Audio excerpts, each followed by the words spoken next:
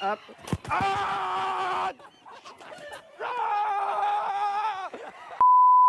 Bonjour à tous and welcome to this video on verbs followed by a and de in French. This is part of a larger series on a and de in general, but I would say that this is the most important because usually in French, if we're using a or de, it's because there's a verb somewhere that requires it. So the first question that a lot of people ask when they're learning about a and de is when to use a or de. And the simple, albeit somewhat unsatisfying answer is you just have to learn. There's nothing about the meaning of a verb that means it must be followed by a, de, or indeed any other preposition. Take, for example, in English, we say listen to music, and that's perfectly normal for us English speakers. But a French speaker might say, well, why do you need to there? Because in French, it's just écouter la musique. There's no preposition at all. Similarly, in English, we say to telephone someone. There's no preposition.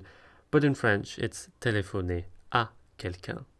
So if you're wondering why is there an a, the reason quite simply is because French said so. Now, as far as I'm concerned, there's really no use in learning all of the verbs followed by a and all of the verbs followed by de in one go. Instead, learn a handful to begin with and then let them build up as you go along through your listening and speaking. So in this video, I've chosen some which I think are particularly important, and then I encourage you to read a lot, listen a lot, and build on your repertoire of verbs followed by a and de as you go along. So we start with verbs followed by a and then a noun. So for example, parler à quelqu'un, which means to speak to someone. And this one for English speakers is quite intuitive because we basically do the same thing in English, to speak to someone. So for example, we could say, je parle à ma mère. I am speaking to my mother, or I speak to my mother. We then have jouer à plus a game or a sport. So jouer does just mean to play on its own, but when it's followed by a game or a sport, we need à. So for example, il joue au tennis. He plays tennis. Notice we're using au here because tennis is le tennis and à plus le becomes au. We then have the infamous plaire à quelqu'un, which literally means to please someone, but is most often translated as to like. So for example, cette chanson plaît à tous mes amis, meaning this song pleases all of my friends, or all of my friends like this song. We have répondre à quelqu'un or répondre à quelque chose, which means to answer or to respond to. So for example, le professeur répond aux questions. The teacher responds to the questions, or the teacher answers the questions. Again, we're using au here, aux, because the questions is les questions, and a plus les becomes aux. And then finally, we have s'attendre à quelque chose. You might already know that attendre quelque chose, no a, means to wait for something, but s'attendre à quelque chose is to expect something. So, je m'attendais à un cadeau is I was expecting a gift. Now, when we're using verbs followed by a and then a noun, it's also important to be aware of indirect object pronouns, right? So if we want to replace all of the nouns we used in those sentences with pronouns, we need to remember to use this special set of pronouns. So in English, we just say to him, to her, to us, to me, to you. To me! To you! To me! To you! To me! Perfect! But in French, they have a whole set of pronouns for that. So here are our subject pronouns, and here are our indirect object pronouns. They are me, te, lui, I, nous, vous, and leur. Now, I is often taught separately to all of these, and I kind of understand why, but I don't think there's any harm in including it, because basically it is another indirect object pronoun. The only difference is that I is used for things, whereas me, te, lui, nous, vous, and leur are used for people. So, though I don't really like direct translations, because as we've seen, these prepositions don't always translate nicely, basically, to him or to her is lui, and to it is I, though remember we don't always use to in English. So for example, if we go back to the sentences we had before, we had je parle à ma mère. If I wanted to say I speak to her, I would say je lui parle.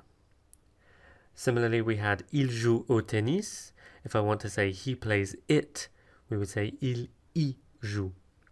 Cette chanson plaît à tous mes amis. If I wanted to say this song pleases them or they like this song, I would say cette chanson leur plaît. Le professeur répond aux questions would become le professeur y répond. The teacher responds to them. And finally, je m'attendais à un cadeau could become je m'y attendais. I was expecting it.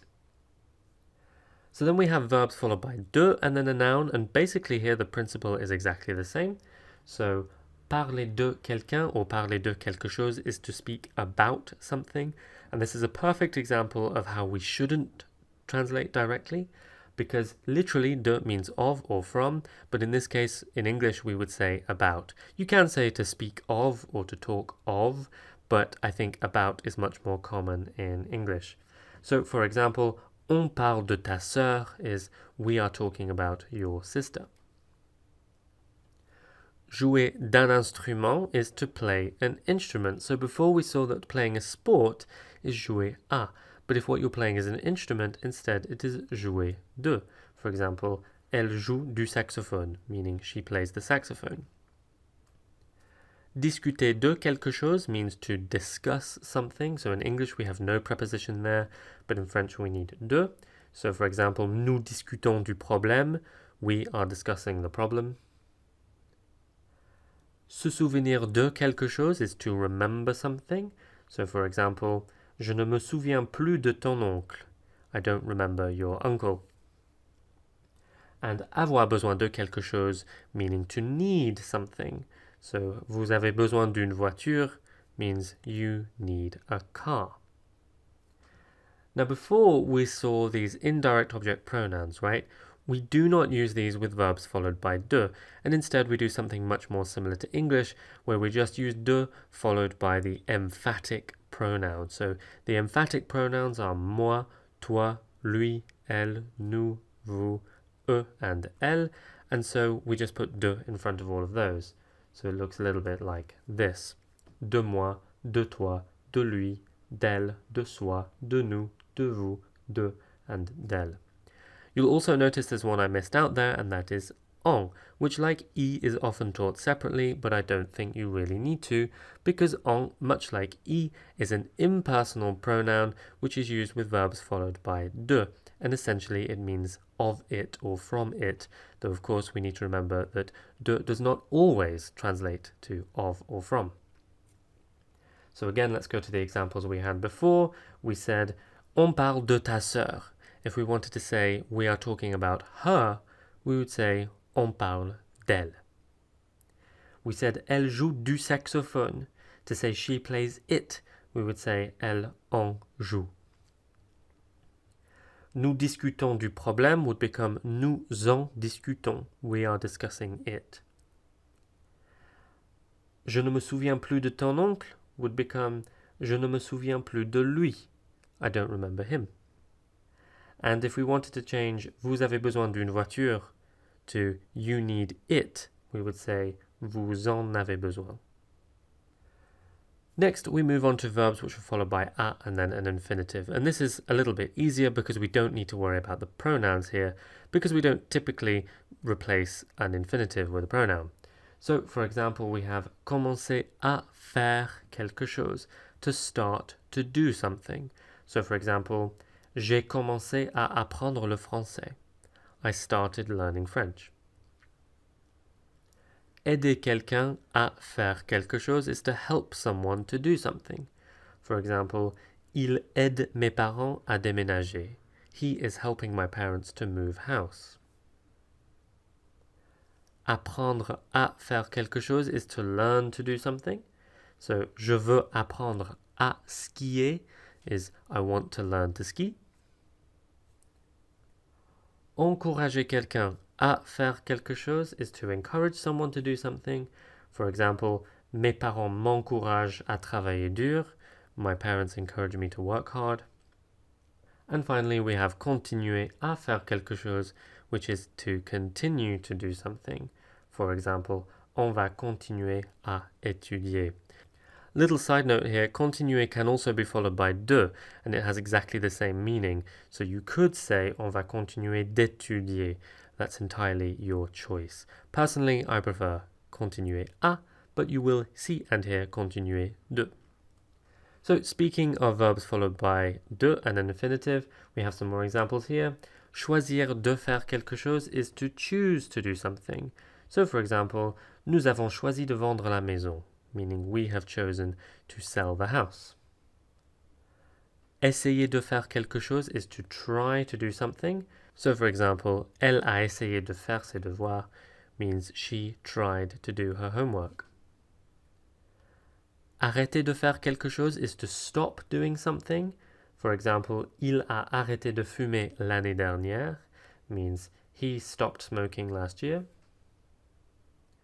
Refuser de faire quelque chose is to refuse to do something.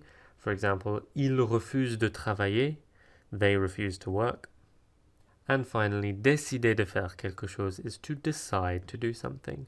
For example, j'ai décidé de quitter mon copain, meaning I decided to leave my boyfriend. Then we move on to verbs followed by a and de, and you might be thinking to yourself, oh my god, I didn't even know these existed. But don't worry, they're not too difficult because they always follow the same pattern. It is always verbe à quelqu'un de faire quelque chose. Okay, it's never de and then à, it's never de quelque chose à quelqu'un, it's always à quelqu'un de faire quelque chose. So, for example, we have dire à quelqu'un de faire quelque chose, which is to tell someone to do something. For example, ma mère dit à mon frère de nettoyer sa chambre. My mother tells my brother to clean his room. Permettre à quelqu'un de faire quelque chose is to allow someone to do something or to let someone do something. For example, le professeur a permis à Sophie d'aller aux toilettes, meaning the teacher let Sophie go to the toilet. Demander à quelqu'un de faire quelque chose is to ask someone to do something. So for example, le patron a demandé au client de partir, meaning the boss asked the customer to leave. And finally, because I could only think of 4 of these, we have conseiller à quelqu'un de faire quelque chose, which is to advise someone to do something. For example, je conseille à tout le monde de regarder mes vidéos. I advise everyone to watch my videos. That's pretty much it for those ones. Of course, you could replace the à quelqu'un with an indirect object pronoun as we did before. So just to give you one example, ma mère dit à mon frère de nettoyer sa chambre could become ma mère lui dit de nettoyer sa chambre. My mother tells him to clean his room. But the principle is exactly the same as what we learned before. So I'll let you do the rest. Do write your answers in the comments below. Next, I want to move on to questions in these situations, and it's not really that difficult. The only thing we need to remember is to put à or de at the start of the question rather than at the end. So that would be à plus question word, or indeed de plus question word. Also, you need to remember that the question word for what here is quoi. So we don't use que or qu'est-ce que, instead we say à quoi or de quoi. So for example, de quoi parles-tu? Or de quoi est-ce que tu parles is what are you talking about? De quoi avons-nous besoin? Or de quoi est-ce que nous avons besoin is what do we need? À qui parles-tu?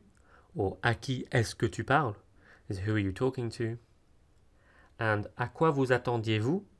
Or à quoi est-ce que vous vous attendiez is what were you expecting? And finally, I want to briefly talk to you about stacking these. So just because you have one verb followed by à or de, followed by another verb followed by à or de, does not mean that we suddenly lose any of the à or de in the sentence. So for example, she tried to learn to swim is elle a essayé d'apprendre à nager. So to try to do something is essayer de faire quelque chose. To learn to do something is apprendre à faire quelque chose. And so we need to keep that de and à in there. Elle a essayé d'apprendre à nager. We could go really crazy with it. This one is a little bit sort of clunky and long, but it makes grammatical sense. J'ai décidé de demander à Claire de m'aider à apprendre à skier, meaning I decided to ask Claire to help me learn to ski. So it's a perfectly meaningful and grammatical sentence. Yes, I forced as many de and a in there as I possibly can, but it's exactly how you would say that, because each of those verbs is followed by a or de or even both. So that's it for verbs followed by a and de. I know it's a very big topic, and I do not expect you to be a master of it just because you've watched this video once. Have a little bit of a play around with the verbs that we've used in this video. Please do put your examples in the comments, and if you would like me to, I can check those for you. Thank you very much for watching this video, and as always, à bientôt.